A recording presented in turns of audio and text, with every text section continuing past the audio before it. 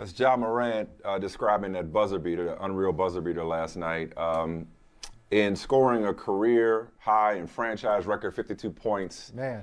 Ja Morant just continues to prove night in and night out that there really isn't anything that he can't do on the basketball court. But before we get too deep into Ja Morant's star turn, I just watched you drop 46 on the Bulls Saturday night. And that career high was temporary. He comes back with 52 last night. What a run for him. I want to play the best thing that I saw today, because I think it's related to what I want to say about Ja Morant, what we're seeing from Ja Morant. But this is the best thing I saw on the internet today. It is Giannis Antetokounmpo meeting Allen Iverson at the All-Star 75th anniversary all-time NBA 75 celebration in Cleveland. Allen Iverson. He done kill him. I started playing basketball. I don't bother you. I just want to tell you that. My man. Like I watch your stories, watch your documentaries. Like you started playing basketball. MJ. I started playing basketball because of you. I love it. That's crazy. I see some of the guys. So that's Giannis. Man. That's the Greek Freak. That's my oldest daughter, Savannah. That's her favorite player, has been her favorite player for years now. Man, that's a two-time MVP. Some would say best player in the league, reigning finals MVP. Get chills. That is one of the faces of the league right now, telling your favorite player's favorite player, AI, I started playing basketball because of you. So the love fest continued last night after Ja Morant put up 52, because Allen Iverson tweeted a picture of the MVP trophy with a Morant jersey on it saying sooner or later, as in sooner or later, Ja Morant's going to be the MVP. To which Ja Morant responded, pass the torch OG.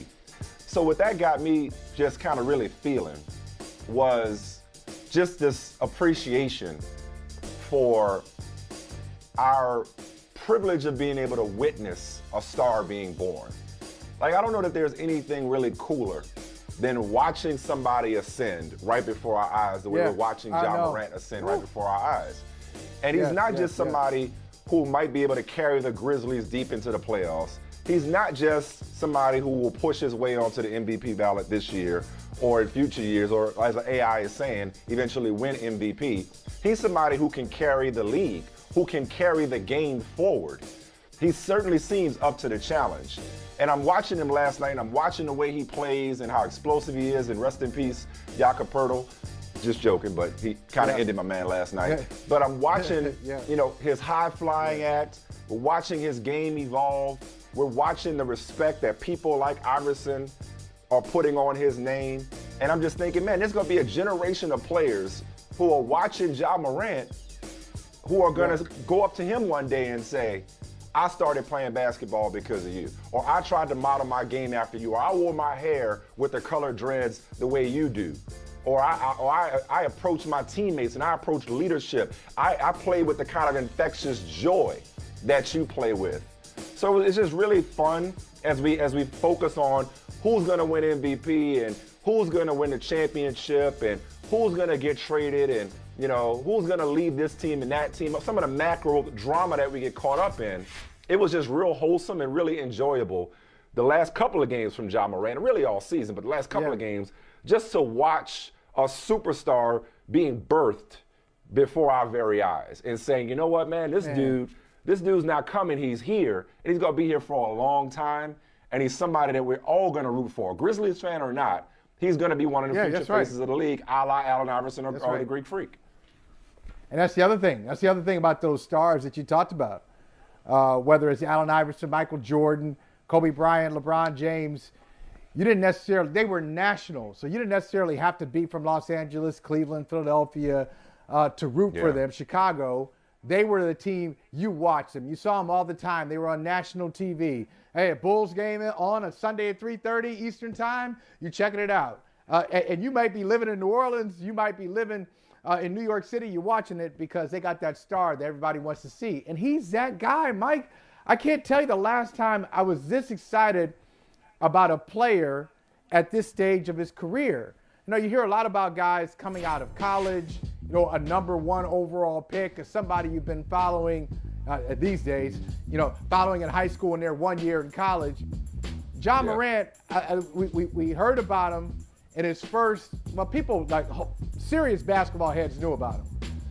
But the casual March Madness people heard about him after his first NCAA tournament game, which he was unbelievable. He was sensational in the first one. They won that game. Second game they lost, he was still sensational. And there was talk at the time, and I thought, man, people are overreacting. Should he be the number 1 pick in the draft? Now, come on now. It's Zion. He's going to be a top draft pick. He should be number 1. Remember, he was a consolation prize. Yeah, right. It was like Zion's all them. Everybody, the prize is Zion, and whoever gets number 2, you could settle for Ja Morant. Yeah, and he is beyond that. He's beyond settling. As Greg Popovich said last night, he is a beautiful basketball player. I love that quote. He's a beautiful basketball player. He is. And this is what I love about basketball. And I love all sports, but each sport has its little quirk, has its little nuance that it only has, and no other sport can really match up in that category. And for basketball, it's this. You get a star, you get a superstar, and you ain't got no problems, Jules. Generally, you got a superstar, and you are at the very least, we know you're a playoff team. That's not a question. You're a playoff team. Right. Now we're talking about, okay, when's the championship happening? You're gonna be in the playoffs, but you're gonna go much further than that. In other words, Calvin Johnson wouldn't have retired in basketball. You know what I mean? Because Barry Sanders wouldn't have retired out of frustration, because that's enough in basketball and football and hockey and baseball. You're a small piece of it. In basketball, you're a piece of it, but you're the sun, and everybody else is kind of flowing to what you're doing, going to your dictates. But I tell you, man, we talked yesterday with Kurt Heelan, and you asked him about Utah. We talked about Phoenix. We talked about Golden State. Somehow, we didn't mention Memphis. That was just an interest of time. No, that's just an interest. That was just an interest of time. I know we've talked about Memphis for a while now. Has been the official team of Brother from Another, especially since Desmond Bain rolled through. So that's our official Western Conference team is the Memphis Grizzlies. But I'm saying, since that's our official team, we need to have product placement every single time. We got an opportunity to mention Memphis. We got to mention Memphis, even when it's a non sequitur. We got to just bring in Memphis. Oh, by the way, you're talking about conference, championship contenders in the Eastern Conference. How about Memphis, even though they're in the West? Let's just throw in Memphis in there. Who's the Memphis of the Eastern Conference, if you will? I'm more than anything, man. I don't know that I've been this excited about Memphis. Man, when's the last time I've been excited about the city of Memphis? Probably since Hustle and Flow.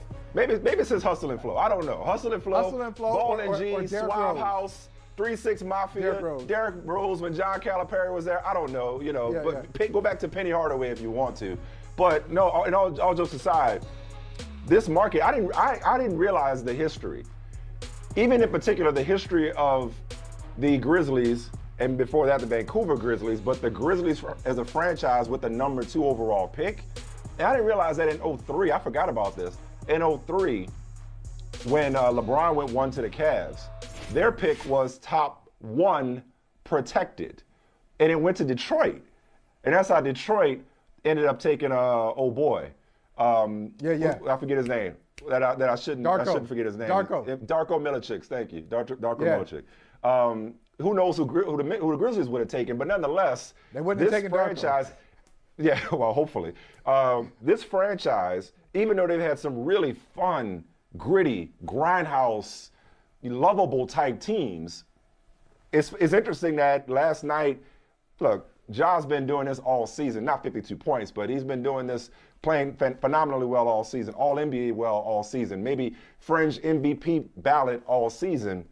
But there was something about, you referenced Greg Popovich, it's happened against the Spurs. Maybe there's a parallel with the Spurs getting the Admiral or the Spurs getting the big fundamental and a small market team becoming the epicenter of the conference, if not the NBA. Right. So maybe Memphis is on its way to being what San Antonio was for so many years under Greg Popovich. I would love it.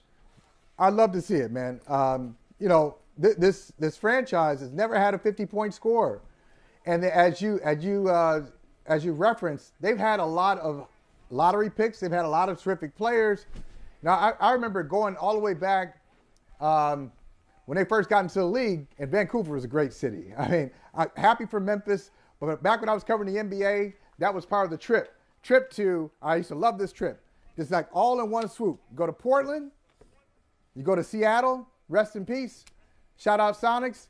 Then you make the trip from Seattle to Vancouver, and it was beautiful. So you see the Grizzlies. They had a good situation, good fan base, but they moved on to Memphis. But even at that time, I remember like in the mid-1990s, because they had just come into the league, they were prevented from getting the number 1 pick.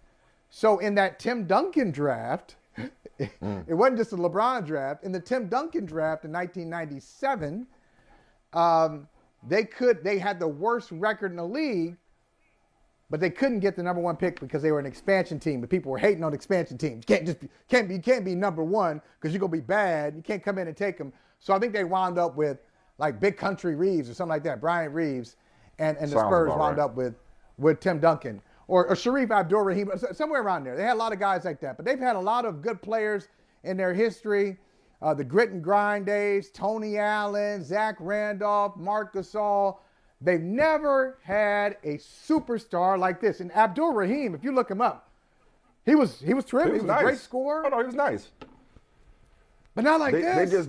They've never had a transcendent player. He's a transcendent player who is appointment television. You feel like you can't leave.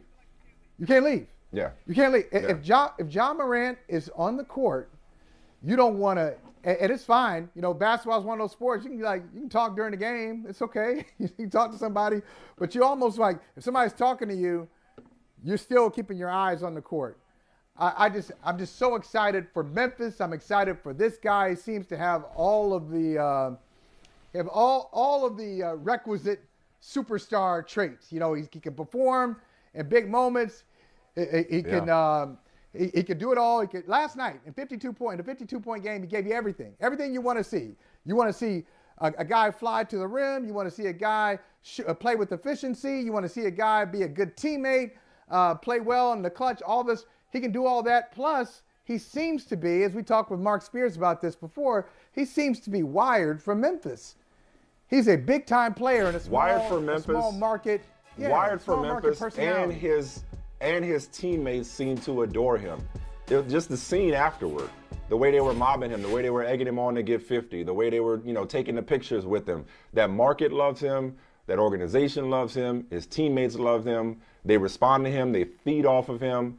He gives you 52 last night, to your point about the efficiency. He gives you 52 going 22 of 30.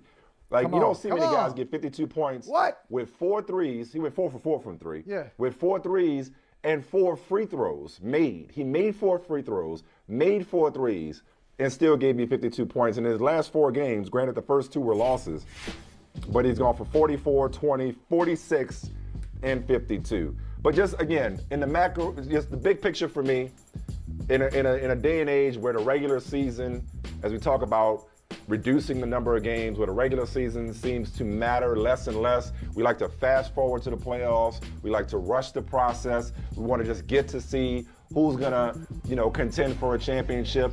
In the meantime, it's a great moment. It's Morant's moment right now. And pretty soon it's going to be his league as some of these OGs, some of these old heads start to phase out on the back end of their careers.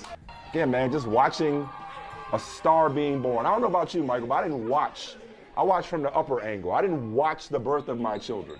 Not to get too graphic here. I didn't get all in there because I was told there are certain things you can't unsee. That's what I was told. There's certain things you cannot unsee. That's bad intel. That's bad intel. Okay, that's fine. That's fine.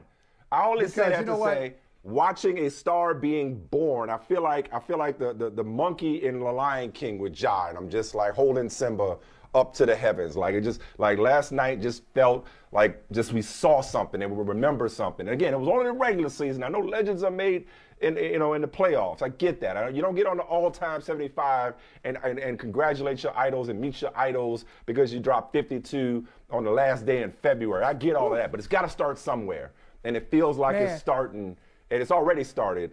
And last night was just another reminder of Ja Morant. I'll tell you a few things here. Let's do some housekeeping here. A few things. One, you really did get bad intel on the childbirth thing, because as a member of the media, you've been told many times you can't come in here, right? How many times have you been told that? We were just told that at the Super Bowl in Los Angeles. You got your little fancy pass, your field pass around your neck. Flashlight cops. No. You can't come here. You can't come here. When I was in the hospital and they said, hey, come on down, I did. I went right down. I saw the birth of my children, and it was great. It was great. Best 3 moments of my life. That's one. 2, Antonio Daniels.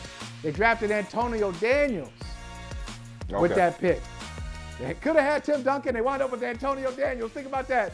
Shout out to Antonio Daniels. No disrespect. He played in the league for a little bit. And 3, that dunk. Listen. We've got nightly. That dunk of the year. And he'll probably outdo it in the next game. It's like every other day he's yamming on somebody. Every comparison is apt. Derrick Rose, Allen Iverson, he's part all these guys, man. He's incredible. Incredible athleticism. That dunk is better than any dunk I've seen in the last decade of dunk contests. Last decade. And man. It was in game. Now, you know what? That's the only thing he hasn't done yet. Now, if Ja could rescue the dunk contest, we're cooking with gas. If he could put Ja, and people were begging for him to do it, that debacle that shall not be discussed. People were begging for it in the moment because of stuff like that. And Jakob Poeltl is like, he's no scrub. Like you dunking on somebody when you yam on Jakob Poeltl. The way he did it, it was just a ferocity. Oh, so much fun. Hey, thanks for watching Brother from Another on YouTube. Make sure you hit subscribe before you leave, and be sure to watch us 3 to 5 p.m. Eastern Time on Peacock. Appreciate you.